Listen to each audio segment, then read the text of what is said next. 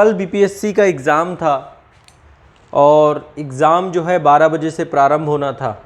लगभग 6 लाख से अधिक अभ्यर्थी इसमें शामिल हो रहे थे।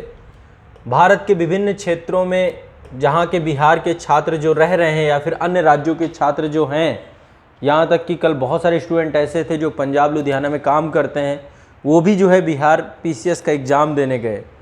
तो विभिन्न क्षेत्रों से छात्र, खासकर ये जो दिल्ली एनसीआर है, यहाँ पर बच्चे पढ़ते हैं, है ना। दिल्ली में बच्चे पढ़ रहे हैं, प्रयागराज में बच्चे पढ़ रहे हैं, इंदौर में बच्चे पढ़ रहे हैं, बिहार पटना में तो पढ़ ही रहे हैं।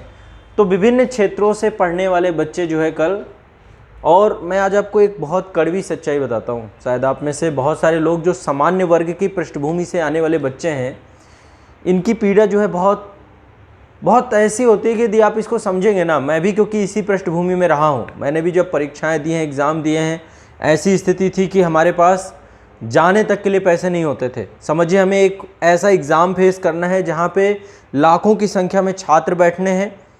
उस एग्ज़ाम में चुनौतियाँ बहुत ज़्यादा हैं।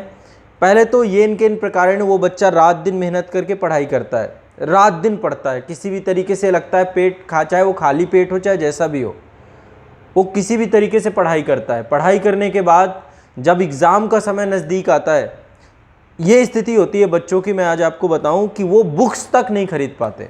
एक समय ऐसा था कि जब किताब खरीदने के लिए पैसे नहीं हुआ करते थे हमारे पास, जो हमारे सीनियर होते थे या फिर जो हमारे कलीग होते थे, उनसे हम किताबें मांग करके कैसे पढ़ते थे। मुझे वो समय याद है कि किताबों को लेने के लिए, यूपीएससी की किताबें इतनी महंगी आती, इतनी कॉस्टली आती हैं कि 700, 800, 900 रुपये भी निकाल पाना अपने पॉकेट से बहुत बड़ी बात होती है। तो किताब खरीदने के लिए पैसे नहीं होते हैं। इसके बाद एग्ज़ाम हॉल पे जाइए आप, तो एग्ज़ाम हॉल में स्थिति बहुत ऐसी होती है कि जाने तक के लिए आपके पास पैसे नहीं होते, और उस एग्ज़ाम के स्तर को आपको compete करना है इन परिस्थितियों में। और भारत में लाखों की संख्या में छात्र जो है, जो पब्लिक सर्विस कमीशंस की या यूपीएससी की तैयारी कर रहे हैं, वो सारे छात्र इन सभी अवस्थाओं से गुजरते हैं, फिर भी करना है। और हर क्षेत्र से, कोई ऐसा नहीं कि केवल यूपी बिहार के छात्र ही ऐसे हैं, हर क्षेत्र में बच्चों के साथ है स्थिति, जो सामान्य पृष्ठभूमि से आते हैं। और सबसे बड़ी बात क्या है, क्योंकि एग्ज़ाम की ड्यूरेशन ज़्यादा है, 2 साल 3 साल 4 साल जो है आप इस एग्ज़ाम की तैयारी में आपको लग ही जाता है। 2 साल तो प्रिपरेशन के ही लगते हैं, फिर 1-2 साल एग्ज़ाम के लगते हैं। 1-2 साल पीसीएस के साथ होता है कि एग्ज़ाम ही नहीं हो रहा है, तो एग्ज़ाम को अभी जैसे 6वीं बीपीएससी मुझे याद है शायद 27 दिसंबर 2020 को हुआ था, 2021 में कोई एग्ज़ाम नहीं हुआ। बीपीएससी का एक लंबा ड्रामा भी चला, कभी कह रहे हैं जनवरी में एग्ज़ाम लेंगे, बहुत ज़्यादा संख्या आ गई तो हम एग्ज़ाम की डेट बढ़ा रहे हैं, बढ़ा के फिर एग्ज़ाम की डेट जो है अप्रैल में आ जाती है, अप्रैल वाली डेट फिर 7 मई को आ जाती है, 7 मई वाली डेट 8 मई को आ जाती है, और 8 मई को परीक्षा जाने वाले बच्चों का कुछ भी हासिल नहीं होता, खाली हाथ लौटना पड़ता है। तो समझिए, घनघोर निराशा के वातावरण से बच्चा किस तरीके से मोटिवेट होकर के तैयारी करता है। मुझे पता है मैं कैसे कैसे बच्चों को मोटिवेट करता हूँ। 2 अटैम्प्ट हो गए हैं, 3 अटैम्प्ट हो गए हैं, फिर उनको हौसला देता हूँ कि यार आप तैयारी करो, निराश मत हो। अभी जिनका लोगों की उम्र निकल रही है, लोगों की स्थिति ऐसी है कि एक कल गार्जियन का मेरे पास फ़ोन आया, उन्होंने कहा सर मैंने 3000 रुपये कर्ज लेकर के दिए थे इसको। ये कंडीशन है, समझिए। गार्जियन की गलती नहीं है, वो तो अपने बच्चे को पढ़ा रहा है, कैसे भी करके पढ़ाएगा, उसका पेट पालेगा, सब कुछ करेगा, लेकिन हमारी एक जवाबदेही बन जाती है। छात्र के साथ दिक्कत क्या है, जब आप एक तय करेंगे ना कि आपको अटेम्प्ट देना है, उस अटेम्प्ट की अवधि में आपको फिर जवाबदेही तय होनी चालू हो जाती है आपकी, कि आपको पर्टिकुलर घर पे रिप्लाई करना है कि आपका एग्ज़ाम हुआ या नहीं हुआ। ये बहुत बड़ी बात होती है। जब आपकी प्रिपरेशन कंप्लीट होगी ना, इसके बाद प्रिपरेशन के बाद जब आप ये हो जाएगा कि मैं अब एग्ज़ाम देने जा रहा हूँ, चाहे यूपीएससी का हो चाहे पब्लिक सर्विस कमीशन का हो, तो ऐसी स्थिति में जो जवाबदेही वाली बात होती है कि मैं अब क्या जवाब दूंगा, हर बार यही होता है कि एक अटेम्प्ट, एक मौका मुझे और दे दो, एक मौका और दे दो। और मैं एक चीज़ बताऊं, जो परिस्थितियां होती हैं ना बच्चों की, जो यहाँ पे दिल्ली एनसीआर में रहे हैं, बाहर रह रहे हैं, जितने भी लोग बाहर रह के तैयारी कर रहे हैं और घर में भी कर रहे हैं, घर में भी चैलेंजेस बहुत ज़्यादा हैं, बहुत सारी चीज़ें हैं, तैयारी सही से नहीं हो पा रही, बहुत सारी प्रॉब्लम्स हैं, है ना। तो कहीं ना कहीं पे एक एक महीना बहुत उनके लिए कठिन हो जाता है। हर महीना उनके लिए लगता है कैसे भी करके इस महीने मेहनत कर लेता हूँ। तैयारी जैसे ही कंप्लीट होती है, लोग आपकी तरफ देखना चालू हो जाते हैं, आप एग्ज़ाम देना चालू करते हैं। और जब इस तरीके की घटनाएं होती हैं, और ये घटनाएं चलो एक बार हो तो ठीक है, इनकी बारंबारता है, 66वीं बीपीएससी में जब हमने देखा था औरंगाबाद का सेंटर जो है वहाँ पे स्थिति हुई डिस्टर्ब। तो क्या सीखा फिर आयोग ने? इसके पहले भी बारंबार पेपर लीक हुए हैं। 2021 में हम यूपी में देख रहे थे पेपर लीक हो रहे थे, कभी टेट का पेपर लीक हो रहा था, कभी सीटेट की परीक्षा स्थगित हो रही थी। तो ये हर एक स्टेट के साथ दिक्कत है, कोई ऐसा स्टेट नहीं है जहाँ पे ये स्थिति ना हो। झारखंड की तो और बुरी हालत है, छत्तीसगढ़ की ये हालत है कि पेपर के क्वेश्चन भी गलत दे देंगे, आंसर भी गलत दे देंगे और सीना चौड़ा करके कहेंगे कि जैसा भी है ठीक है। राजस्थान में 2-2 साल 3-3 साल हो जा रहे, एग्जाम का ही पता नहीं है, मुश्किल से एग्जाम लेते फिर आनंद फानन में रिजल्ट निकालते हैं। हर एक स्टेट की ये कहानी बन चुकी है। बच्चा एक आस लगा के बैठा हुआ है कि देखो, अब ये आयोग क्यों बनाए गए हैं, हमारे संविधान में एक स्वायत्त संवैधानिक संस्था के तौर पे क्यों स्थापित किए गए हैं? अल्टीमेट जो इनमें जो पदस्थ लोग हैं उनका क्या दायित्व बनता है कि आप 2 साल में एक एग्जाम न कंडक्ट करा पाओ? अन्य संस्थाएं करा रही है ना, यूपीएससी करा रही है ना, अखिल भारतीय स्तर का इतने बड़े स्तर का एग्जाम करवा रही है ना। फिर ऐसे में ये सारी घटनाएं क्यों हो जाती हैं? यदि घटनाएं हो भी जाती, मान लीजिए घटना हो गई है, तो इस घटना के बाद फिर बच्चों को क्या आश्वासन देंगे कि अगेन हम फिर से बच्चा मोटिवेट हो कि चलो अब आगे कोई घटना दोहराई नहीं जाएगी। और मैं एक चीज़ और बताऊं, भारत के साथ एक चीज़ और है, बहुत सारी घटनाएं होती हैं और वो घटनाएं खुलती नहीं हैं, कुछ खुल जाती हैं। जैसे कल तो बहुत भयावह था, जब कल वो वीडियोज़ आ रहे थे, कोई आरा में कोई विद्यालय था जहाँ पे कह रहे हैं कि एग्जामिनेशन से पहले ही वहाँ पे बच्चों के एग्जाम चल रहे हैं, एक प्राइवेट रूम पे काफ़ी बड़ी संख्या में बच्चे वहाँ पे पेपर दे रहे हैं। सोचिए कितना भयावह रहा होगा ये। और ये हो नहीं रहा होगा क्या?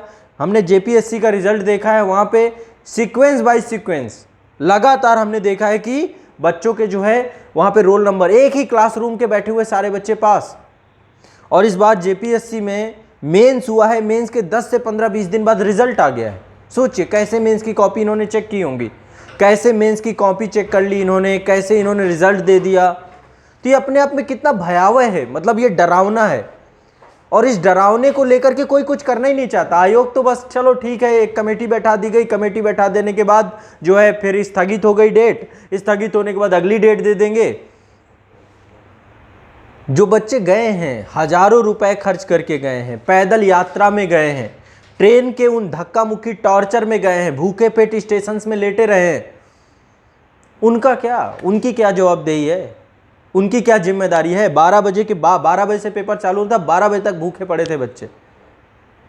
तो ये सब रिस्पॉन्सिबिलिटी इसका कुछ भी नहीं है, कोई आश्वासन नहीं है कि आगामी समय में भी ऐसा होगा। तो ऐसी स्थिति में हम लोग तो पढ़ा रहे हैं। मैं आपको सही बताऊं, हमने बीपीएससी में बहुत मेहनत की थी और कल का पेपर देखा जब मेरे पास आया कि चलो अब आंसर की देना है, मैं बहुत उत्साहित हो गया कि यार क्या बात है, जो भी पढ़ाया सारा कुछ निकल आया। जितने मेरे करंट अफेयर्स के मास्टर वीडियो है वो सारे काम कर गए, जैसे मैंने 4 बोले थे, यदि उनको जिसने देखा है पूरे करके गए। बच्चों के कमेंट भी मैं अभी आपको कुछ दिखाऊंगा जो पेपर दे करके आए। हिस्ट्री पूरी जितनी हमने पढ़ाई हो गया, साइंस से क्वेश्चन निकल गए, सारे टॉपिक्स जितनी मैंने पॉलिटी पढ़ाई थी, पॉलिटी से क्वेश्चन निकल गए। पेपर बहुत सामान्य दर्जे का था, लेकिन ये था कि अच्छी कट ऑफ जाती, सारा कुछ होता, लेकिन अचानक से एक ऐसा जो है पूरा दिमाग को नकारात्मक बना देने वाली घटना आ गई कि उसके बाद फिर दिमाग ही डिस्टर्ब हो गया। बहुत भयावह होता है। मैं आपको बताता हूँ, एक वाकया हमारे साथ हुआ था जब हम मेंस दे रहे थे, 2017 की बात है, 2017 यूपी पीसीएस में मेंस देने गया था। और मेंस के दौरान मैं आपको बताता इसलिए क्योंकि हम जो है, जब ये वाकया होते हैं, जब आप खुद पेपर दे रहे होते हैं ना, और जब ये वाकये निकल के आते हैं, आपका पेपर बहुत अच्छा जाता है, मन टूट सा जाता है आपका। उसमें घटना ये हुई थी कि निबंध का पेपर जो होता है आपका, वो सेकंड मीटिंग आपका बंटना था। पहले मीटिंग जो था आपका व्याकरण वाला, ग्रामर वाला सेक्शन का पेपर था। हुआ क्या, एक सेंटर में गड़बड़ हुई, पहले निबंध का पेपर खुल गया, इसके बाद ग्रामर का पेपर, मतलब पहले उन्होंने पेपर ही दूसरे पाली का पेपर पहले पाली में दे दिया। ये भी एक बहुत बड़ी चूक है। संभव ही नहीं हो सकता कि ये पूरे पाली का पेपर, यानी कि वो पर्चा एग्जाम मान लो 2 बजे से पेपर था, तो वो यदि सुबह 9:30 बजे दे दिया गया वो पेपर, तो मतलब कितने घंटे पहले लीक हो गया, वो लीक हो गया ना बाकी सबके लिए। इसमें भी यही हुआ है। आयोग का कहना है कि 11:54 में शायद पेपर लीक हुआ है। 11:54 की घटना है, अब कमेटी बताएगी कि क्या हुआ है। पहले पेपर लीक होने का मैं आपको मतलब बताता हूं। पहले पेपर लीक होने का मतलब है कि उस पेपर को, यदि 12 बजे पेपर था बीपीएससी को, तो उस पेपर को कोई पहले से बैठ के दे रहा था। उस पेपर को पहले सॉल्व किया जा रहा था, उस पेपर को बैठ के, और ये दिखा है कई जगह पे प्राइवेट रूम में बच्चों को बैठाया गया, उन पे पेपर दिला रहे हैं, कई सारे वीडियोस पड़े हुए हैं। पेपर लीक का मतलब ये होता है। कितनी वैकेंसी की फाइट कर रहे हैं हम लोग, कितनी वैकेंसी है बताइए? 400, 500, 600 वैकेंसी, 700 वैकेंसी के लिए लड़ाई है। 6-7 लाख बच्चे के एग्जाम में बैठ रहे हैं। ऐसे में किस हौसले के साथ बैठा जाए? मुद्दा जानते हैं क्या है? कुछ होता नहीं है। आप लोग भी आवाज़ उठा लेंगे, आवाज़ ही उठा रहे हैं इतने लंबे टाइम से, कुछ नहीं हो रहा है। सरकार को कोई फ़र्क नहीं पड़ता, उनको पता है भारत है, सब भूल जाते हैं। लोगों को भूलने में कितना टाइम लगता है। लेकिन ये दुख होता है, जैसे अब इतनी मेहनत करने के बाद कल लग रहा था कि सुकून से जो है मैं आज जो है सुबह आपके साथ पेपर डिस्कस कर रहा होता, आपको बता रहा होता कि देखो ये क्वेश्चन है, इसको ऐसे सॉल्व किया है। हर बार जब भी होता है मैं आंसर की आप लोगों के साथ साझा करता हूँ। अब आज कोई एक्साइटमेंट ही नहीं है, मन में कुछ है ही नहीं। कल हमने शाम को फिर मैंने सर को बोला कि सर एक आंसर की बना दो, फिर उन्होंने जब बनाया उसके पहले खबर आ चुकी थी, फिर हमने पब्लिश भी किया उसको BPSC वाले प्लेटफॉर्म पे। पर मतलब आप खुद सोचिए कि ये सिर्फ आपके साथ नहीं है कि आप डिमोटिवेट हो गए, हमारे साथ भी सेम सिचुएशन है कि अब किस मुंह से आप लोग को मोटिवेट किया जाए, किस मुंह से आपको समझाया जाए, क्योंकि हमें भी नहीं पता कि अब आगे आने वाले एग्जाम होंगे तो उनकी क्या स्थिति होगी। आज मैं देखो एक कैलेंडर आपको दिखाता हूँ BPSC का जो मैंने बनाया है। आप इससे अंदाज़ा लगा सकते हैं कि बच्चों के भविष्य के साथ मतलब किस स्तर की जवाबदेहिता वाले लोग बैठे हुए हैं। ये पेपर है 66 BPSC एग्ज़ाम का, ये प्रीलिम्स एग्ज़ाम 66 BPSC का था। 66 BPSC का एग्ज़ाम ये 27 दिसंबर को था, मैं भी है ना, 2020 की बात कर रहा हूँ, 2020 का कैलेंडर है ये मेरे पास, है ना। औरंगाबाद का सेंटर था, वहाँ पे एग्ज़ाम कैंसिल किया गया क्योंकि वहाँ पे अनियमितता पाई गई थी। चलो इसके बाद आते हैं 67 BPSC का आपका नोटिफिकेशन आता है। ये 24 सितंबर को नोटिफिकेशन आया था और एप्लीकेशन आपके 30 सितंबर से प्रारंभ हुए थे। यानी ठीक है, कोविड चालू हो गया, फिर बहुत सारी चीज़ें हुई, नवंबर में फॉर्म भर लिए जाते हैं और ऐसा संभावना लग रही थी कि शायद 12 दिसंबर को एग्ज़ाम हो जाएगा। ठीक है, आयोग ने कहा नहीं हम 12 को नहीं लेंगे, हम जनवरी में लेंगे। हमने जनवरी की बात कर दी कि चलो ठीक है। यानी कि 2021 आपका पूरा खाली चला गया, एक साल पूरा खाली चला गया, उसमें कोई एग्ज़ाम नहीं होता है। इसके बाद जनवरी में एग्ज़ाम कैंसिल किया गया कि संख्या ज़्यादा आ गई है, हमें व्यवस्था करनी पड़ जाएगी। क्या व्यवस्था की आपने? इसके बाद अप्रैल में एग्ज़ाम किया गया। ठीक है, अगेन देखिए पहला अटेम्प्ट दिसंबर में आयोग का, इसके बाद जनवरी में, जनवरी के बाद फिर अप्रैल में, अप्रैल के बाद फिर 7 मई को। समझिए कितने गंभीर लोग बैठे हुए हैं वहां पे कि वो एक डेट ही डिसाइड नहीं कर पा रहे हैं। 30 के बाद 7 क्यों तय किया भाई? ये चीज तो आपको पहले तय करनी चाहिए ना। फिर 7 के बाद फिर अगला नोटिफिकेशन 8 को। कितने अटेम्प्ट? 5 अटेम्प्ट में आप एक डेट तय कर पाते हैं। बताइए क्या उम्मीद की जाए आपसे कि आप एग्जाम सेंटर के पेपर लीक रोकेंगे? संभावना ही नहीं बनती है। जानते हैं उपाय क्या है? उपाय सिर्फ एक है, एक ऐसा एक्शन लिया जाए ना जो सदी, जैसे यूपी में हुआ था ये काम 2016 में, हमें याद है 2016 का जो एग्ज़ाम हुआ, फिर उनमें अनियमितताएं पाई गई। 2015 से पहले वालों में तो सब में जांच चल रही है अभी भी। इसके बाद जो परीक्षा नियंत्रक थीं उनको बाकायदा गिरफ्तार किया गया, उसके वीडियोज़ आप देखिएगा। और एक ऐसा वहीं से गिरफ्तार किया गया जो है आयोग से। इस तरीके के उदाहरण प्रस्तुत करने चाहिए। उसके बाद यूपी पीसीएस को देखिए, कुछ मुद्दों को छोड़ दें तो यूपी पीसीएस टाइमली चीजें चल रहा है, तो एक ऐसा एक्शन लेना होगा, चाहे जो भी आयोग हो, जो भी पब्लिक सर्विस कमीशन हो। पेपर गलत करते हैं, पेपर यदि गलत बना तो भी नहीं इनको छोड़ना, पेपर लीक हुआ तो भी नहीं छोड़ना, ये किसी भी तरीके की अनियमितता बरतते हैं तो इनको छोड़ने का कोई वही नहीं बनता है ना। ऐसे में लगता है कि शायद बुलडोजर पद्धति सही है ना। ऐसे लोगों को जो बच्चों के भविष्य के साथ खिलवाड़ कर रहे हैं, है ना, जो रात दिन जो है पागलो। ये कोई कॉलेज था आपका आरा का, यहाँ से ही अनियमितता चालू हो गई, इनका तत्काल प्रभाव से लाइसेंस कैंसिल करना चाहिए और ऐसे विद्यालयों को ब्लैक लिस्टेड कर देना चाहिए। ये शिक्षा के मंदिर हैं जहाँ पे बच्चों के भविष्य के साथ जो है चंद रुपयों में कितने लाखों बच्चों का भविष्य को खेल दिया गया रातों रात।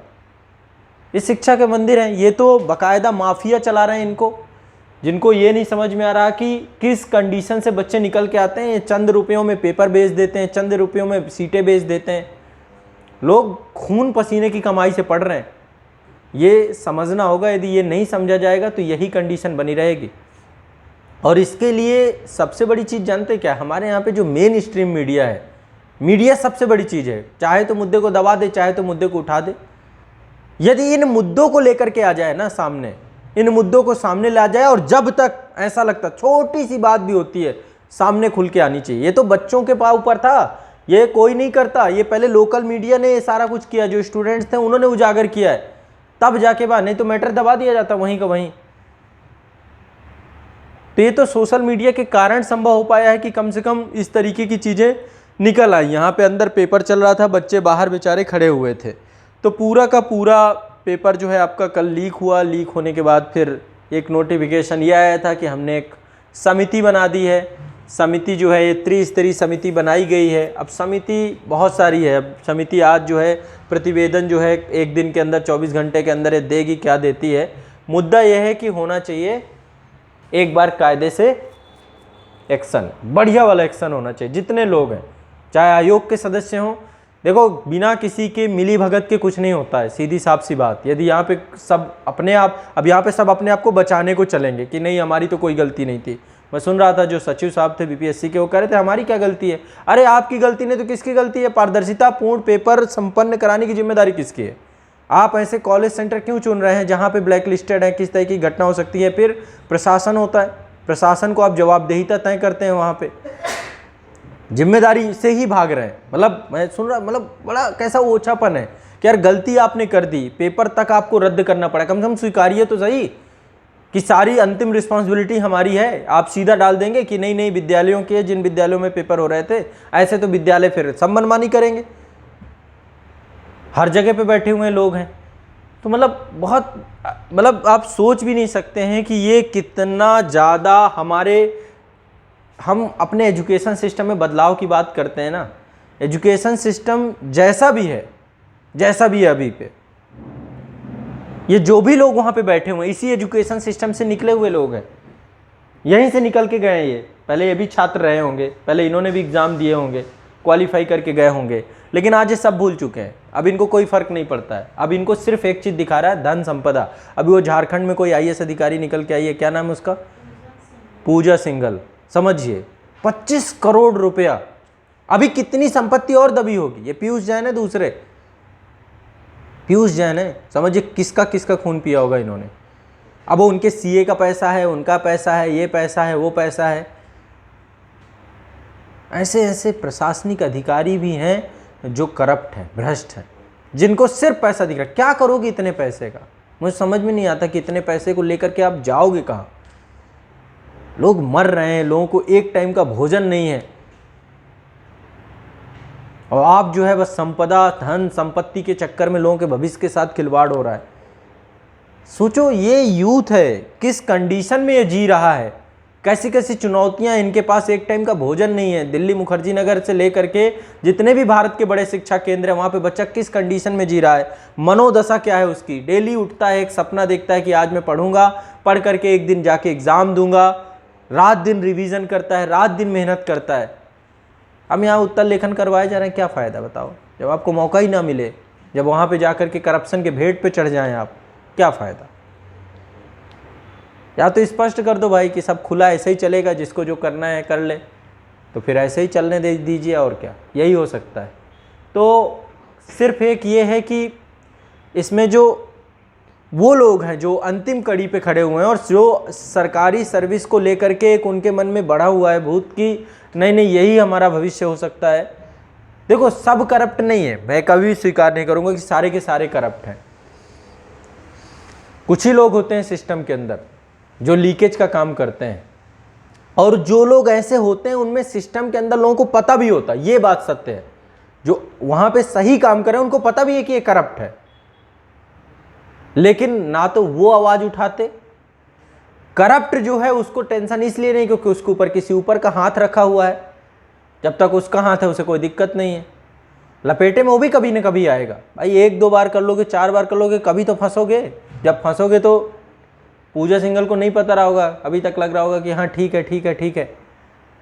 तो कहने का तात्पर्य मेरा सिर्फ ये है कि ये अपने आप में एक ऐसा मुद्दा है जिस मुद्दे को एक तरीके से एक साथ उठना चाहिए। इसमें जितने भी बच्चे हैं, कोई ज़रूरत नहीं है किसी भी तरीके से हमें प्रतिरोध जो करना है उस प्रतिरोध को एक तरीके से करना है, कम से कम सजग रहना है। अवेयरनेस बहुत जरूरी है। आपके आसपास यदि कुछ ऐसा हो भी रहा है, जैसे एग्जाम सेंटर में आपको तो कुछ भी होता है, लेकिन अब दिक्कत क्या है, कई बार लगता है कि यार चलो मेरा तो ठीक चल रहा है। जो लोग एग्जाम रूम के अंदर पेपर दे रहे थे, प्राइवेट रूम के अंदर जितने लोग पेपर दे रहे थे, उन्हें तो ये था ना कि हमारा हो जाएगा, बाकी मरे सब बाहर पड़े।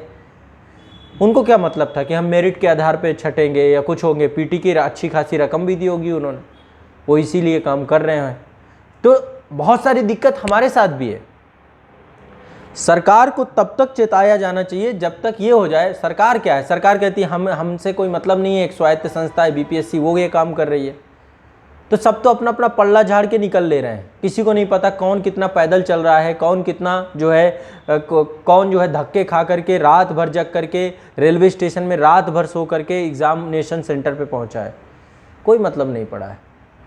तो ऐसे में सल्यूशन क्या होगा, इसका उपाय क्या होगा? या तो यही होगा ये चलता रहे, है ना, या तो इसका एक प्रॉपर उपाय बनाया जाए। उपाय क्या क्या हो सकते हैं, आपको क्या लगता है क्या उपाय होना चाहिए?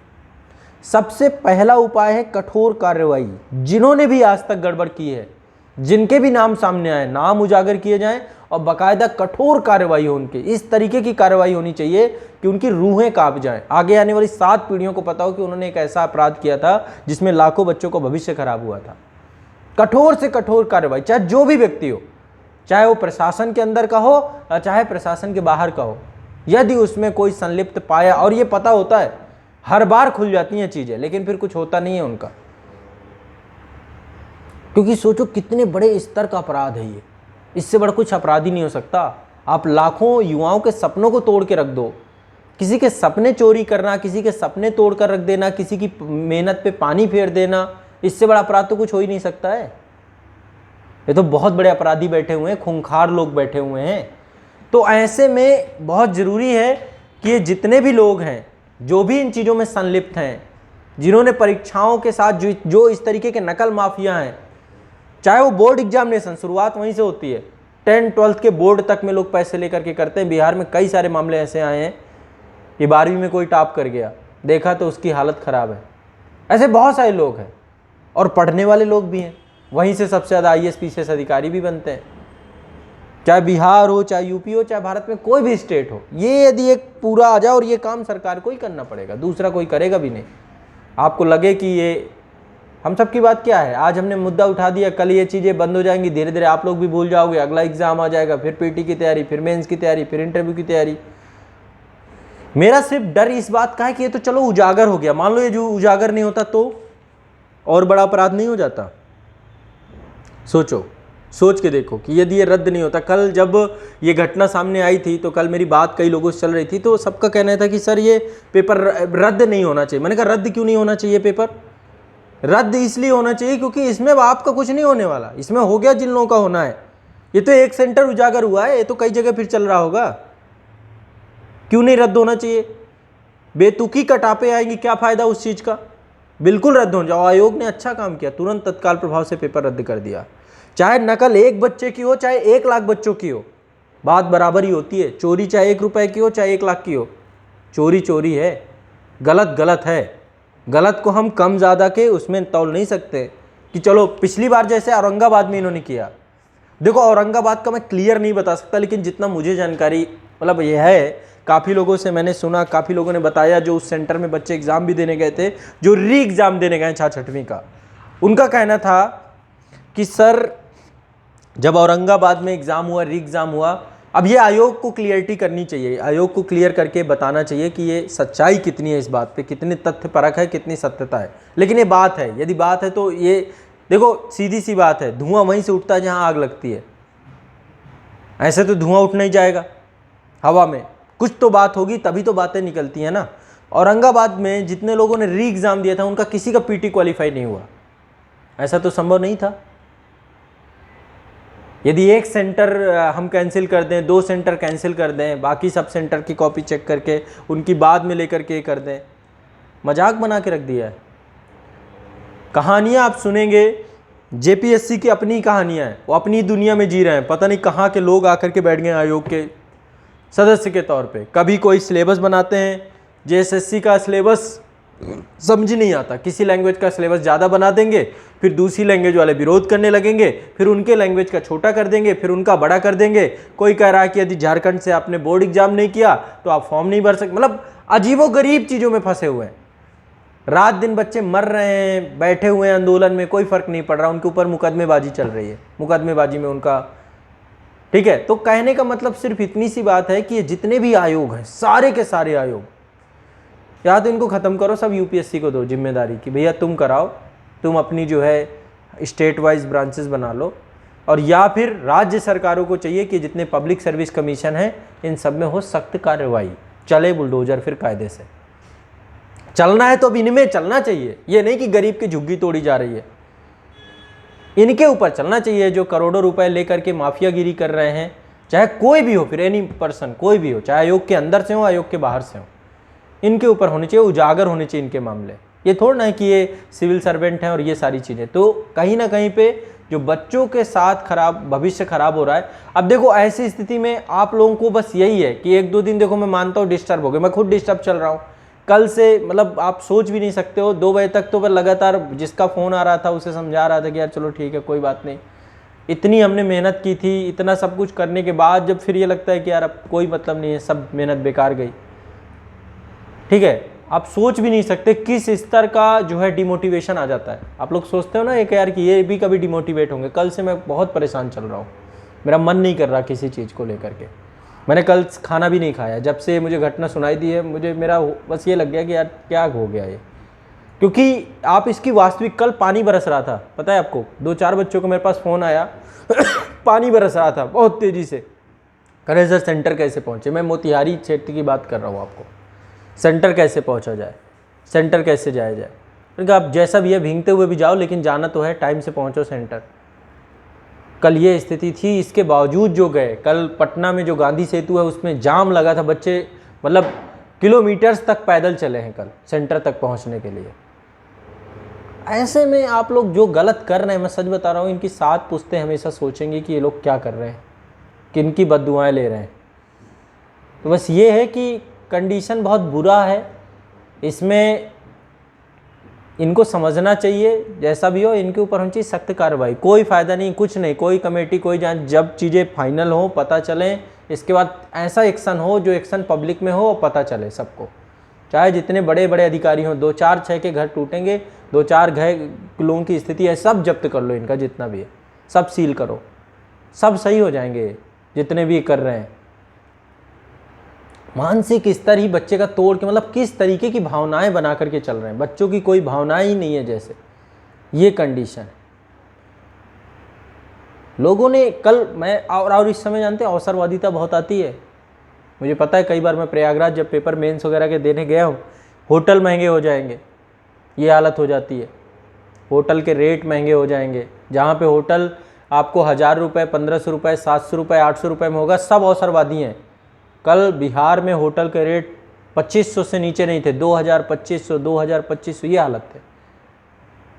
कहाँ क्या करेंगे, होटल में सो के आप लोग एग्ज़ाम दे पाओगे, जेब में ही 2000 रुपये नहीं है, ये हालत होती है।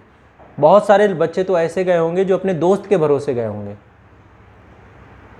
समझिए, दोस्त के भरोसे, वो भी एग्ज़ाम देने गया होगा तो उसके भरोसे ही जाके पेपर दिया होगा। एक पेपर का खर्चा जो आता है ना, कम से कम 10,000 रुपये मान लो, इतना आ ही जाता है।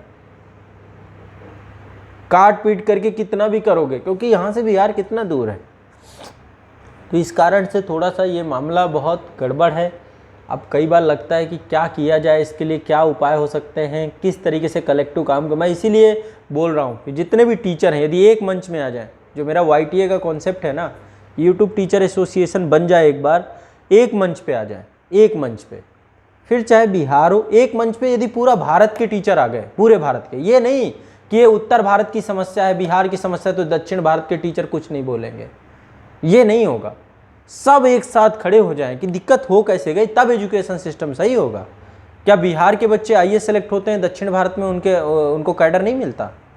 मिलता है ना। उत्तर प्रदेश के बच्चे सेलेक्ट होते हैं, क्या वो जो है नॉर्थ ईस्ट में जाके वो नहीं करते? तो एजुकेशन सिस्टम तो सबका सेम है ना।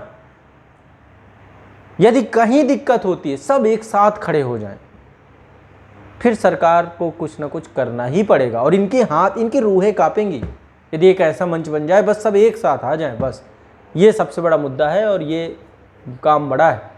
इसलिए कहीं ना कहीं पे बस ये है कि कंडीशन, अब देखिए इसमें काफ़ी बच्चे हैं। देखिए ये कौन है, हरिओम कुमार कह रहे हैं अंजलि जी सर मैंने मजदूरी करके सब कुछ किया था, लैपटॉप भी, बुक भी ली थी और नोट्स भी जल गए सारे, रूम में आग लग गई सर, मुझे तो बहुत दुख हो रहा है। लोग मजदूरी कर रहे हैं। मैं कितने, एक बच्चा था अभी जब यहाँ पे, आप लोगों को शायद पता हो, एक स्टूडेंट हमारे पास एक आई थी, वो रांची से आई थी बच्ची, शायद उसका आपको मैंने कई बार जिक्र किया है। ऐसे ऐसे बच्चे आ जाते हैं कि मतलब अभी बिहार से 2 बच्चे आए हुए थे यहीं पे, शायद अभी वो पीछे पड़े हुए हैं, उस दिन कल बैठे हुए थे, एक स्टूडेंट बैठे थे, फिर एक स्टूडेंट पहले थे। तो मैं किसी तरीके से उनको समझाता हूँ कि देखो अभी आर्थिक स्थिति, ये शहर का ही खर्चा कितना भी हो, कम से कम कितना हो जाता है खर्च, 4-5-6 हज़ार रुपये तो खर्च होना ही होना है ना, कैसे भी करके। अब 6 हज़ार का अरेंजमेंट, मुझे पता है कि 6 हज़ार की पीड़ा क्या होती है। मैं 99% बच्चों से बोलता हूँ कि थोड़ा सा अनुशासन लाओ, ऑनलाइन पढ़ लो, ऑनलाइन पढ़ लोगे खर्चे से बच जाओगे। मुझे पता है सेल्फ स्टीम, अपना आत्मसम्मान तक बेचना पड़ जाता है। 2 साल 3 साल 4 साल बाद पेपर यदि डिले हो गए, कुछ ऐसी बात हो गई तो मन कहाँ लगेगा आपका, किस रूप में लगेगा बताओ।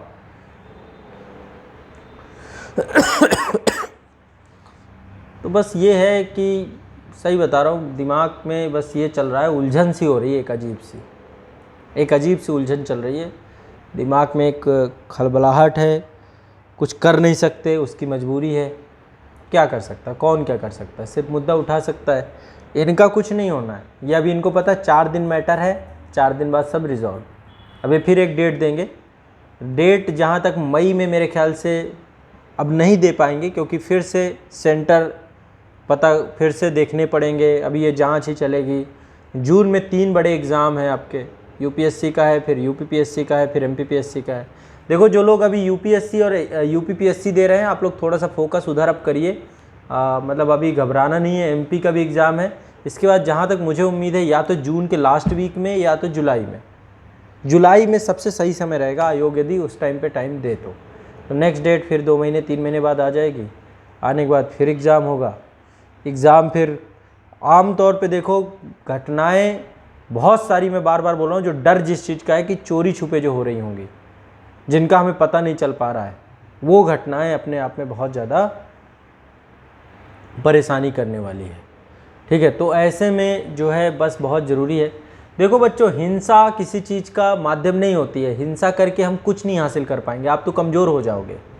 हिंसा को माध्यम कभी नहीं बनाना चाहिए अपनी समस्याओं के समाधान के लिए। इस देश में विदेशियों का शासन रहा है, सोचो, अपने देश के लोग भी नहीं थे, वो लोग, कोई मानवीयता नहीं थी उन लोगों में, सिर्फ शोषण की प्रवृत्ति रखने वाले लोग थे, साम्राज्यवादी शासन व्यवस्था वाले लोग थे, लेकिन उस समय लीडर हमारे विजनरी थे। हमें ऐसे इस समय इस तरीके से लीड करके चलने, ये तो हमारा देश है ना। हिंसा करेंगे हम अपनी संपत्ति खराब करेंगे, कुछ नहीं फ़ायदा। कभी भी इस तरफ मुड़ना ही नहीं चाहिए बच्चों को। पिछली बार आरआरबी एनटीपीसी में घटनाएं हुई थी, वो सब शर्मनाक इसलिए हैं क्योंकि वहाँ से आप फिर कमज़ोर हो जाते हैं। हमें चाहिए कि इसको इस तरीके से लीड किया जाए कि एक प्रेशर ग्रुप के तौर पे जो है चीज़ें हों, और आयोगों को ये समझना होगा कि भैया इतनी बड़ी संख्या में बच्चे हमारी तैयारी कर रहे हैं, हमें इसीलिए बनाया गया है। हमारा दायित्व यही है कि हम एक पारदर्शितापूर्ण एक ऐसा एग्ज़ाम कंडक्ट कराएं, इसके बाद मेरिट के आधार पे बच्चों का चयन करें। और क्या चाहते हैं बच्चे, 100 सीटें होती ना तो भी बच्चा फॉर्म भरता है। 100 सीट, सोचिए 6 लाख बच्चा 100 सीट में भी फॉर्म भरता, ये तो 700-800 सीट की बात थी। ठीक है, तो कहने का बस मतलब यही है कि इसका उपाय देखो, ऐसा नहीं कि नहीं निकलेगा। अब तो ऐसा समय चल रहा है कि अब आप सब लोग अवेयर हैं, आपके पास सोशल मीडिया का एक बड़ा माध्यम है, और इसमें जो है इसको सही तरीके, बस ये कि एक एकजुटता होनी चाहिए। इनको लगना चाहिए कि भाई कोई तो है जो आकर के खड़ा हो जाएगा।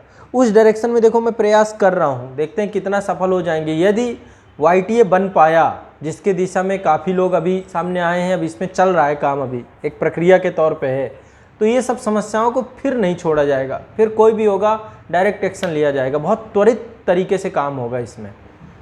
उस पर काम कर रहे हैं। यदि हो गया तो सिर्फ आप ही लोगों के लिए है वो मंच बनेगा। तो सारे टीचर यदि एकजुट हो गए ना, फिर अकेले किसी को मेहनत करने की जरूरत नहीं, हमें फिर किसी मीडिया की ज़रूरत नहीं। सबसे बड़ी बात यह है मीडिया अपना पड़ी रहे, सोती रहे, कोई दिक्कत नहीं है।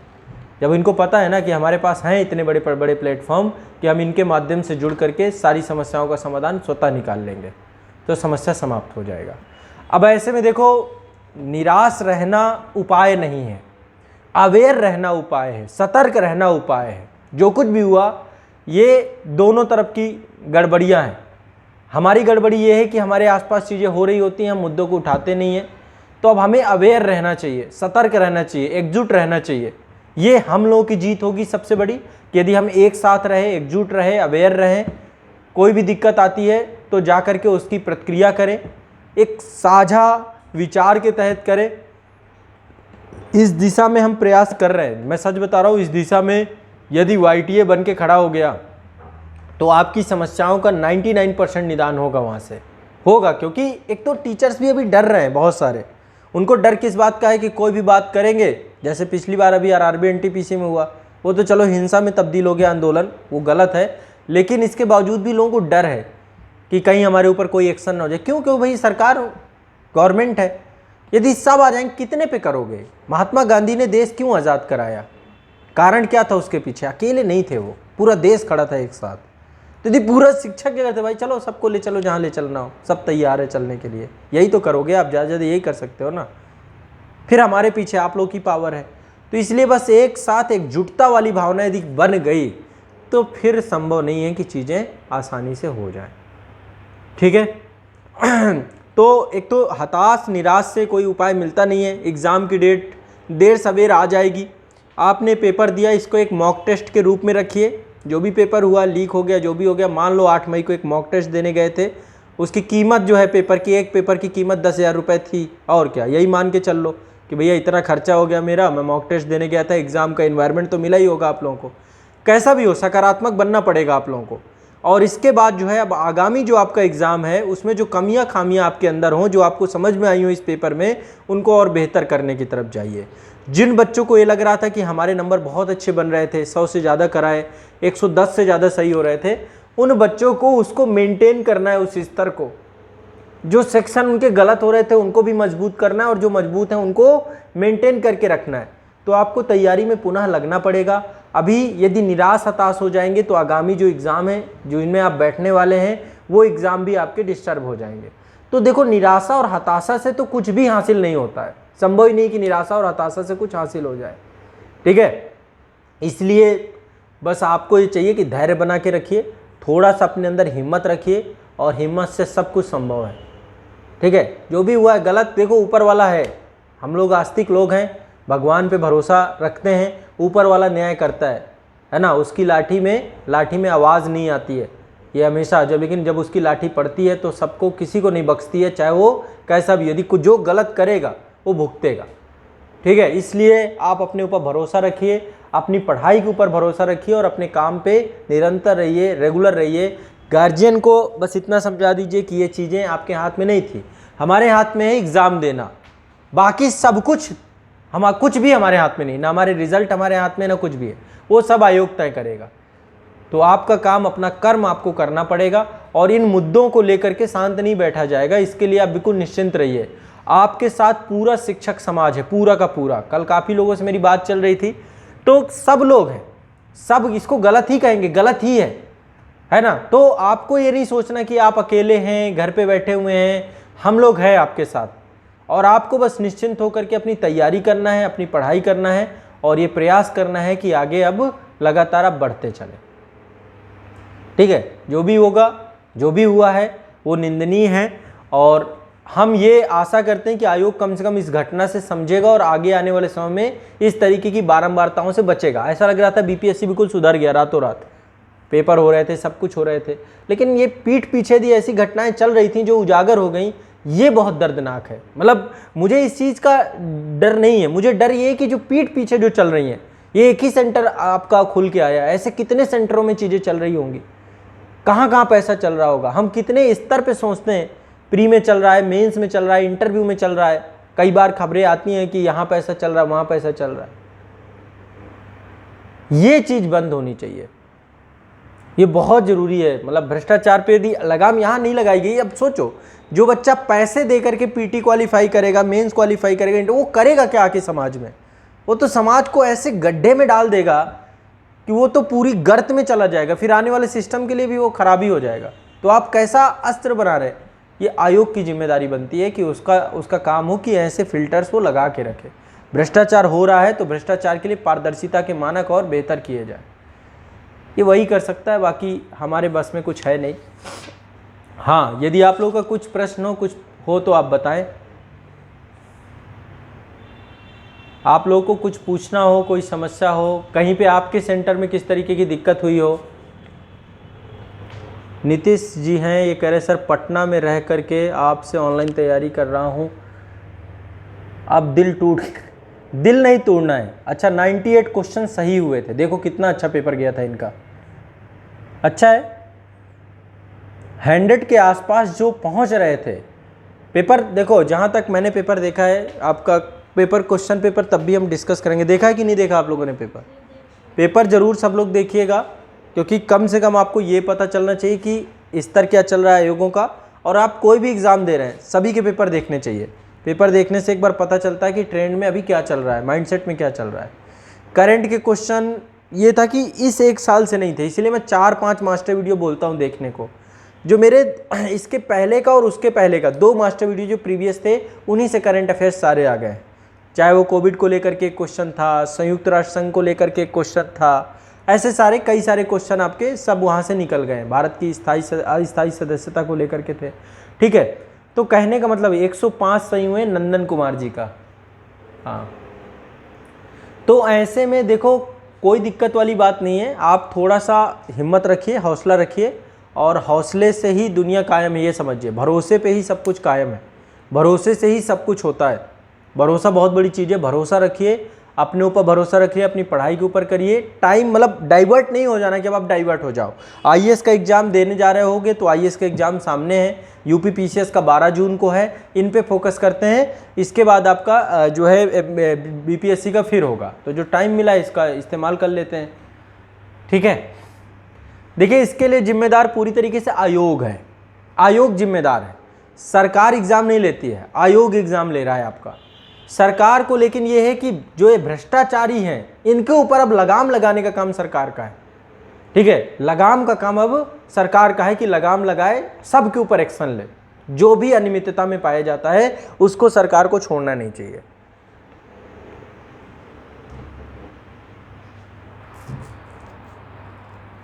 संजीव सिंह जी, देखो कोई फायदा नहीं, हिंसा बंद ये सब चीज़ें उपाय नहीं है। उपाय क्या है? उपाय मैं आपको बता रहा हूँ। हिंसा तो देखो बिल्कुल उपाय नहीं है। आप कहीं पे बंद कर दीजिए, कुछ भी कर दीजिए, कुछ नहीं है। उनके पास अल्टरनेटिव्स हैं, वहाँ पे नहीं जाना है, वो गलत माध्यम है, वो आपके लिए नहीं है। एक भी बच्चे के ऊपर एफआईआर हो गई ना, समझिए जीवन खराब हो सकता है उसका। तो ऐसे माध्यमों को नहीं चुनना जिनमें किसी भी तरीके की और क्षति में पहुँच जाए आप। नीति शास्त्र में कहा जाता है कि न्यूनतम क्षति की ओर चलना है, हमें एक दबाव बना के रखना है। आज दबाव का सबसे बड़ा माध्यम सोशल मीडिया है हमारे पास। सोशल मीडिया से जितने लोगों तक आप पहुंच बना सकते हैं वो आपको, तो एक लगातार कंटिन्यूअस प्रेशर बना रहना चाहिए।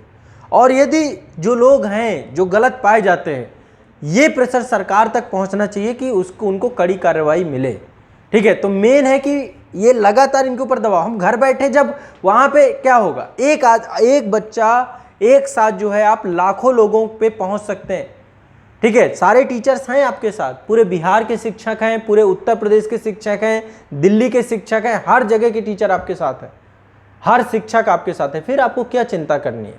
बस आप लोगों को बस धैर्य बना करके अपनी तैयारी पे फोकस रखना है। यदि हम पढ़ा सकते हैं तो आपके हक की लड़ाई भी लड़ सकते हैं, दोनों चीज़ें हैं हमारे पास। तो अब हक की बात है तो जहाँ पे हक के लिए लगना होगा, प्रतिवेदन होगा, नोट, जो कुछ भी होगा, ठीक है। और उनको पता है कि बातें अब उठ रही हैं। कल से जो है बार बार जो है बस यही बोल रहे हैं आयोग के सचिव कि भैया हमारी कोई गलती नहीं, हमारी। अरे किसकी गलती भाई?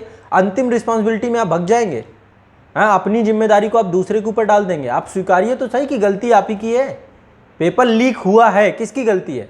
आप एग्जाम सेंटर विद्यालय की अब एक्शन लीजिए आप उस पर।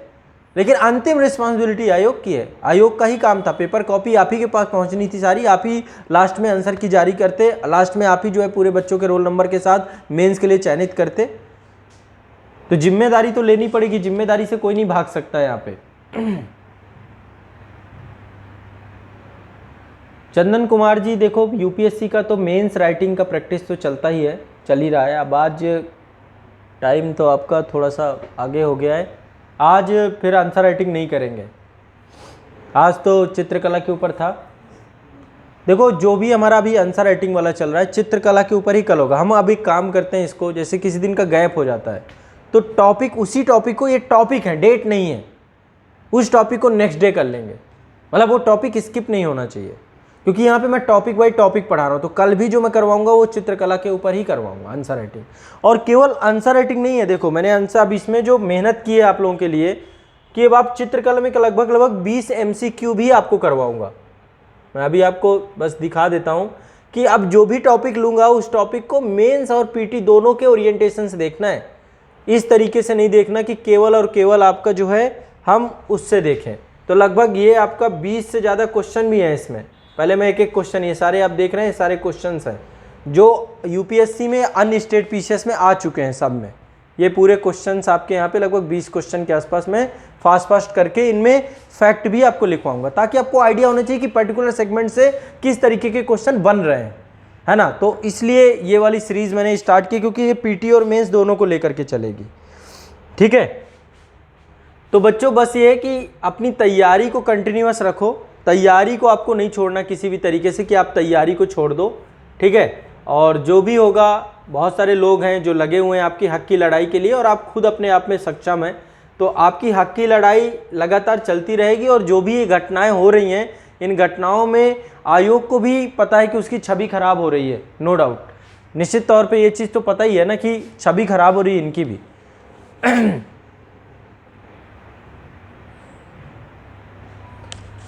हाँ, टॉपिक भी डिस्कस करके फिर एक क्वेश्चन भी करवाया जाएगा, जो है अब ये कल ही रखेंगे।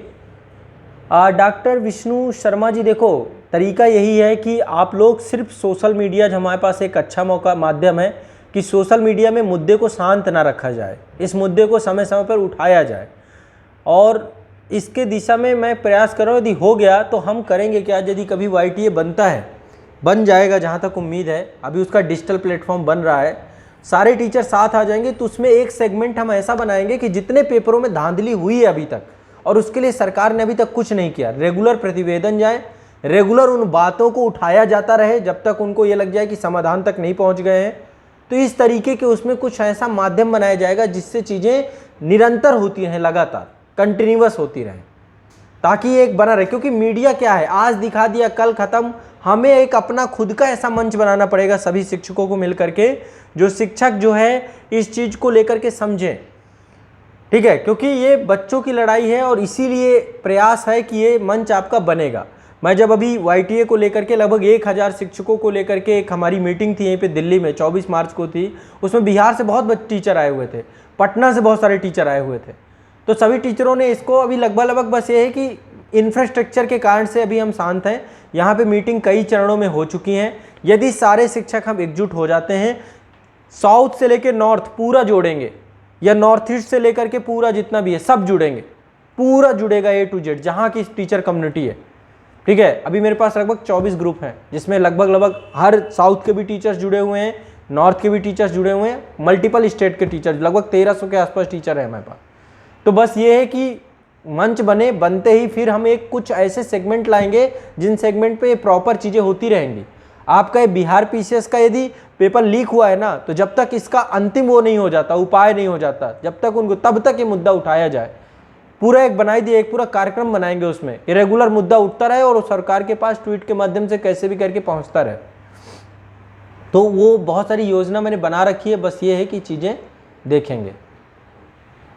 BPSC का पेपर मैं आप लोगों को भेज दूंगा, टेलीग्राम पे भेज दूंगा पेपर आपको। हाँ सर, ये जो हुआ उसमें सर जो बच्चे केस होते गार्जियन उनके गार्जियन मतलब बच्चे को हमेशा के वो कर दिया जाता है, बच्चे की सर दे ही ना पाए, क्योंकि सर हर बार लोग करते हैं। अगर सर गार्जियन हाँ, एक तो फिर ऐसा हो नहीं सकता। गार्जियन तो वही तो सर पैसा दे रहा है, हाँ, पैसा देने में तो बिल्कुल जो लोग, हाँ, एक जो ये कमरे में बैठ करके जो बच्चे पेपर दे रहे थे, हाँ, इनको हमेशा के लिए ब्लैक लिस्टेड कर देना चाहिए।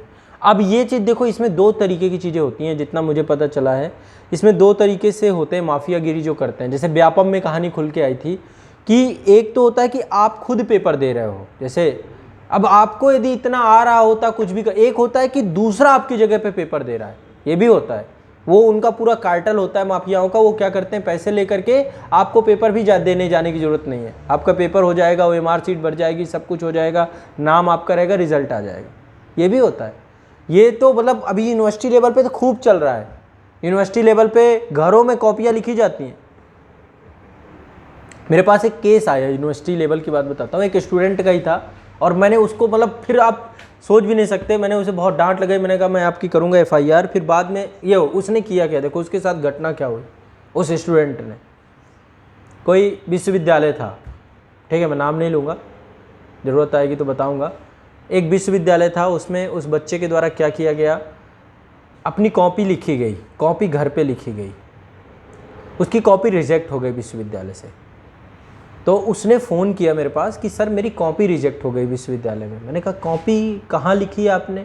बोला घर पे लिखी है। मैंने कहा रिजेक्ट क्यों हो गई? बोला सर उसमें 2 राइटिंग है, आधा मेरे पिताजी ने लिखा और आधा मेरी सिस्टर ने लिखा। सोचिए, मेरा पूरा खून खौल गया। यार आपने फ़ोन क्यों कर दिया, कहाँ कर दिया, क्यों कर दिया, क्या चाहते हो अब आप? डिग्री चाहिए आपको, ऐसी डिग्री क्या दिखाना चाहते हो समाज सोसाइटी को? अनपढ़ ही रहो साथ, ज़्यादा अच्छा है। क्या बच्चों को बताओगे ग्रेजुएशन किया है, ऐसे ग्रेजुएशन किया है? आधा आपने लिखा, आधा आपकी सिस्टर, आपके पिताजी ने लिखा, आधा आपकी सिस्टर ने लिखा। ऐसा बहुत हो रहा है, बहुत हो रहा है। बहुत बाहर ऐसे ऐसे एजेंट बैठे हुए हैं, माफिया बैठे हुए हैं, कोई भी आपको सर्विस चाहिए। मेरे पास बहुत सारे लोग ऐसे भी फ़ोन करते हैं कई बार सलाह लेने के लिए कि सर बच्चे को MBA करवाना है, बाहर से कोई ऐसा तो जो। मैंने कहा कि आप रहने दो उसे, अनपढ़ ही सही है, MBA करा क्या करोगे आप? डिग्री लेके क्या करोगे आप? उसका कोई खरीद फरोख्त चल रही है। तो ये लोगों की भी मानसिकता है। मैं गार्जियन को सिर्फ एक बात समझाता हूँ कि देखो शिक्षा पीढ़ी बदलती है, रणछोड़ दास चाचल मत बनो आप। आपने देखा था उस मूवी में, 3 इडियट में दिखाया गया था, उसमें क्या था, पढ़ कौन रहा था? आमिर खान। डिग्री किसके हाथ में चली गई? क्या फ़ायदा उसको, वो क्या कर लेगा? वो थोड़ा ना साइंटिस्ट बन जाएगा आपका बेटा, वो लगाने के लिए डिग्री आप ले रहे हो।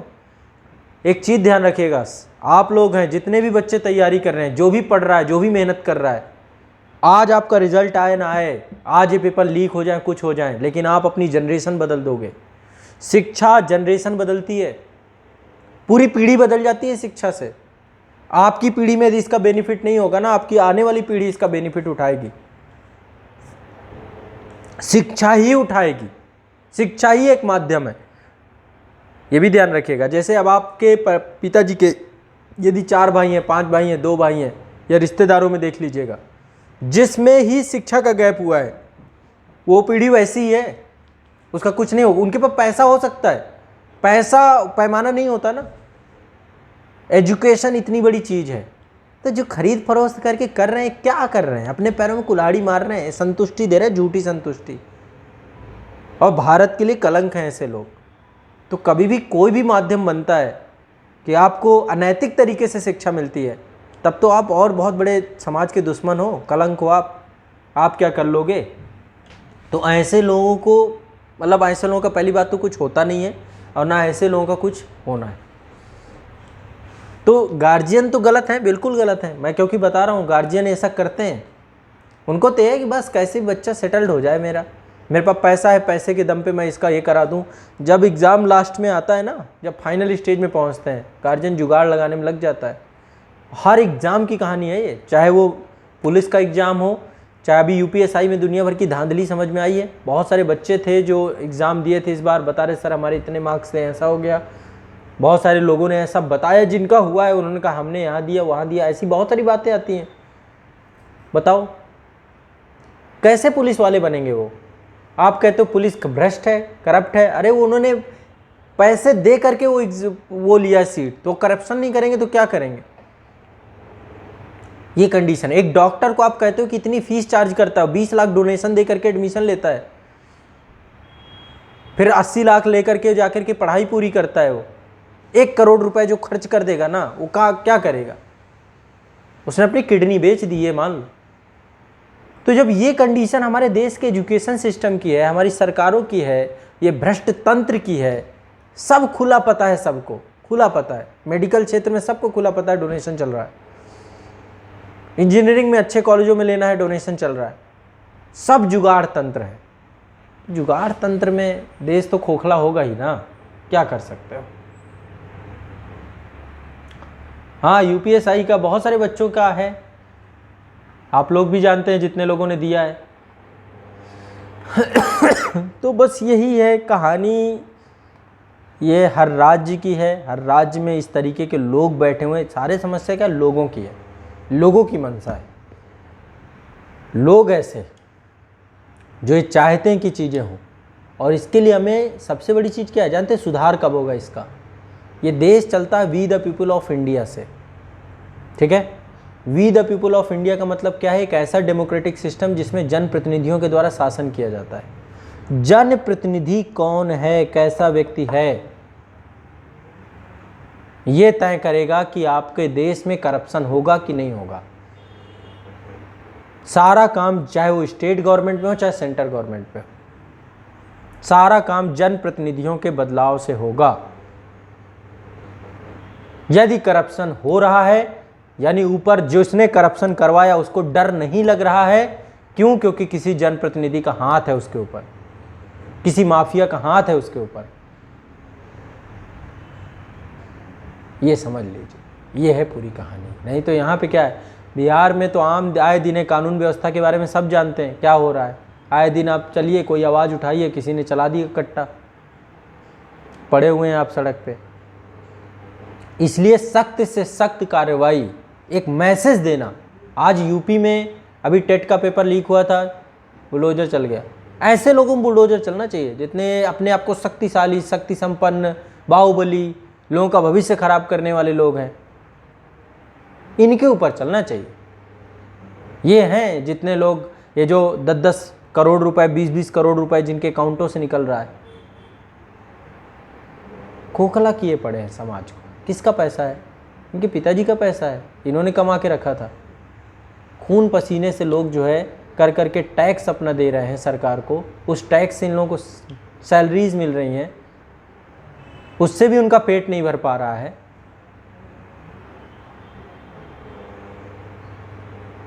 ये है समस्या की जड़। चलिए अब देखो, आज के लिए तो जैसा भी है, मेरी भी इच्छा नहीं थी, मन नहीं था कि मैं आप लोगों को पढ़ा पाने की स्थिति में रहूं। मुझे बस ये था कि मन में एक असंतुष्टि सी है। कल से हम अपनी क्लास को सर्वश्रेष्ठ वीडियो वाली फिर से कंटिन्यू करेंगे, और कोशिश यही करिए सभी लोग। देखो हमारे देश की दिक्कत पता है क्या है? कल हम जब प्लास्टिक बैन पे, कल एक स्टूडेंट मिली, बहुत अच्छी थी वो, बहुत बढ़िया उन्होंने बताया भी। हमें पता है प्लास्टिक बुरी है, पर हम उसे बंद नहीं कर सकते, हमारी मजबूरी है। नहीं तो क्या, फैक्ट्रियों में ताला लगवा दो जो प्लास्टिक बना रही हो, जो यहाँ पे प्लास्टिकों के थैलों में कुछ दे रहे हैं उनके ऊपर करा दो, कार्रवाई कर दो। कार्रवाई की भी गई है, फिर भी बंद नहीं कर पाए। पता है बुरी है ये चीज़, शराब बुरी है, हमें पता है, पर बंद नहीं कर सकते। बगल में ही हमारे ठेका है, आपके घर के बगल में ही होगा, चंद किलोमीटर, आपके शहर में होगा, आपके गांव में होगा। पता है खराब है ये सिगरेट, पता है खराब है, पर बंद नहीं कर सकते जी। गुटखा पता है खराब है, पर बंद नहीं कर सकते। पॉर्न खराब है, पर बंद नहीं हो सकती है। ये दुर्भाग्य है इस देश का, पता होते हुए कि ये चीज़ खराब है। और यही समस्या आपके साथ भी है, आपको भी पता है कि ये चीज़ खराब है मेरे लिए, पर आप भी बंद नहीं कर सकते। कल मेरे एक दोस्त थे, कल बहुत सारी चीज़ें, कल पता नहीं कैसा दिन था। एक दोस्त थे, वो पिछले 5-6 दिनों से बीमार चल रहे थे, शारीरिक स्वास्थ्य, बीमारी का कारण उनका खुद का व्यक्तिगत शरीर को ध्यान नहीं देना है, अपने शरीर पे ही काम ही नहीं किया उन्होंने। खूब स्मोक कर रहे थे, मैं मना कर रहा था यार फेफड़े चले जाएंगे, मान लो बहुत बुरी चीज़ होती है, मान जाओ। हाथ जोड़ता था उनको कई बार कि यार इससे छोड़ना है कैसे भी करके। स्मोक भी कर लेते थे, कभी कभी ड्रिंक भी कर लेते थे, नहीं मानते थे, खूब मना किया। जितने लोग शराब पीते हैं, जितने लोग स्मोक करते हैं, उनके बच्चों का भविष्य अंधकार में। ये सोच लो कि उसके परिवार में बहुत बड़ी कलह आने वाली है। आज जो भी पैसा कमाया जा रहा है वो कल पैसा पूरा शराब और उसी में चला जाएगा। अब वो बीमार हो गए, कल नहीं मतलब पिछले वीक में मैं गया भी था उनका, मतलब मेरे बहुत अच्छे दोस्त हैं, यहीं पास में ही हैं, पत्रकार हैं वो। तो गया, बहुत हंसाया उनको 2 घंटे। ऑक्सीजन लेवल उनका अभी 91 के आसपास हो गया। 2 घंटे उनका बीपी ऊपी सब। बैठा, मैंने उनको कहा यार बेड में तुम्हें थोड़ा ना देखना चाहता मैं, तुम पता रोड। अब वो 1-2 घंटे तो बढ़िया ठीक रहा। ठीक रहने के बाद मैं चला आया, शाम को पता चला कि आईसीयू में डाल दिया गया उन्हें। कल स्थिति और भी ज़्यादा ख़राब हो गई, उनके TCL वगैरह ऐसे कुछ करके बढ़ गए, वो TLC बढ़ गई बहुत ज़्यादा। तो इसके बाद उनको अभी कल रात में एक ऐसे हॉस्पिटल में भर्ती किया गया जहाँ समझ लो 10 रुपये खर्च होते हैं सामान्य अस्पताल में, वहाँ पे 10 गुना। मैंने कहा लो, जितनी संपत्ति, गाड़ी संपत्ति सारी जाके। इसलिए अपने जीवन में प्रण करिए, किसी भी तरीके के नशे से, किसी भी तरीके के ये सब चीज़ बच के रहना है। यदि आपके गार्जियन कर रहे हैं, पीछे खड़े हो जाओ उनके आगे दीवार बन के कि यार या तो तुम मुझे चुन लो या तो शराब चुन लो, जो चुनना हो चुन लो। एक को चुनते हैं, चलते हैं अपने अपने रास्ते, है ना। वैसे भी कल आपकी स्थिति वही होने वाली है, आज ही ख़त्म कर लेते हैं रिश्ता पे। तो या तो वो शराब चुन लेंगे या तो आपको चुन लेंगे, छोड़ ही देना है ऐसे लोगों को, समझ रहे हैं। तो इसलिए बहुत सारी चीज़ें हैं। बाकी जो BPSC वाले हैं, घबराए नहीं, किसी को भी घबराना नहीं है, डरना नहीं है। टीचर्स सारे आपके साथ हैं, इस मुद्दे पे आवाज़ उठती रहेगी, पर अपनी तैयारी छोड़ना नहीं है। अपनी जो वीक पॉइंट हैं अब आपको पता चल गए होंगे, उन पे आप लोग काम करिए, है ना। कल हल किया था पेपर आपने, सॉल्व किया, कैसे रहा? हल हो रहा था, उसमें लगभग मेरे से शायद 20 क्वेश्चन ही बने। 130 क्वेश्चन बना डाले। एग्जाम नहीं जाओ, कॉन्फिडेंस आया कि नहीं कि सही डायरेक्शन में है, चीज़ें चल रही हैं, ठीक। तो पेपर हाँ ठीक था, मतलब किया जा सकता है, बहुत अच्छे से कर सकते थे। यदि कोई बहुत अच्छा बच्चा था जो पढ़ने वाला, मैं आपको बता रहा हूँ 30 से 40 मिनट में पेपर सॉल्व हो जाता, ऐसा पेपर था। 30 से 40 पता, बस पढ़ने वाला होना चाहिए कि उसने पढ़ा हो। हमने एक मास्टर प्लेलिस्ट बना के दी थी, मैं आपको बता रहा हूँ उससे लगभग 140 प्लस क्वेश्चन निकले उसी प्लेलिस्ट से। तो काम हुआ है इसका मतलब पूरा, ठीक है। तो बस ये है कि आपको पढ़ना है, फिर से आगे चलना है, टेंशन ना लो। आगे भी तैयारी अब करेंगे हम, अभी भी लगातार आपकी तैयारी फिर से स्टार्ट करेंगे, फिर से नई ऊर्जा के साथ लाएंगे। डरना नहीं है, डरने से कुछ बनता नहीं है, डरने की आपकी उम्र नहीं है। सबसे बड़ी चीज़ यही है कि डरने की उम्र नहीं है ना। डर को भगा देना है और अपने स्वास्थ्य का ध्यान रखना है। कल नहीं आज, कल नहीं आज। बहुत सारे शिक्षकों को मैं देखता हूँ, अभी बहुत सारे हैं, कहीं ना कहीं पे मुझे कुछ चीज़ें गलत भी लगती हैं।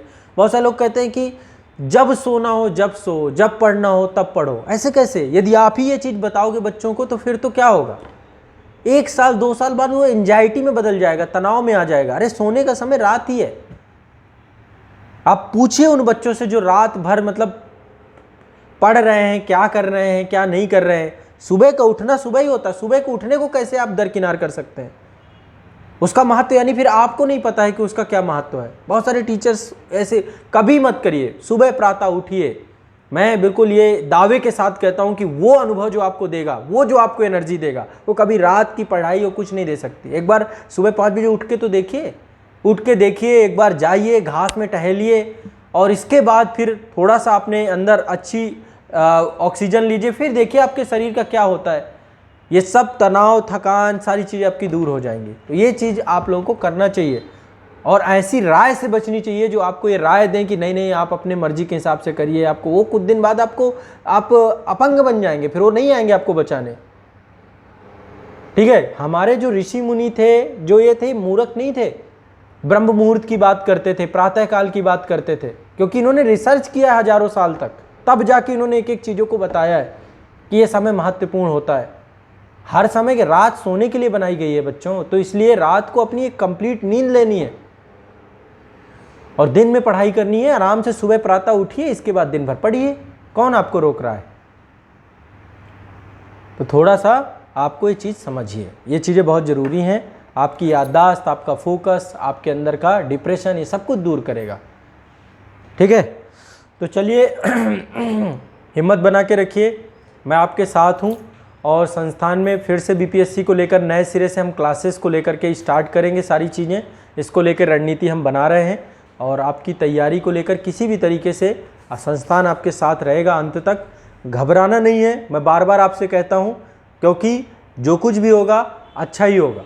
ठीक है, ये जो कुछ भी हुआ है इस होने पे निश्चित तौर पे एक बार पता चलने दो कौन कर रहा है, फिर इसके बाद इसके ऊपर एक्शन तो लेगी ही गवर्नमेंट, इतना उम्मीद है। नहीं लेगी तो फिर लगेंगे इस पर। ठीक है, और 67वीं का एग्ज़ाम साथ में फिर 68वीं भी आपका आ जाना चाहिए, है ना। तो इसलिए अब बहुत अच्छे से लग जाइए, पहले 67वीं दीजिए, फिर इसके बाद 68वीं भी, अगले साल वाले बच्चे भी इसी साल लास्ट में एग्ज़ाम देंगे।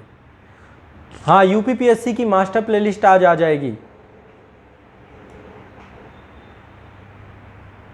ठीक है, चलिए फिर मैं आप लोगों से विदा लेता हूँ। बस घबराना नहीं है, डरना नहीं, निराश नहीं होना है, फिर से रिकवर करके लगिए एग्ज़ाम की तैयारी में। चलिए, बहुत बहुत शुक्रिया।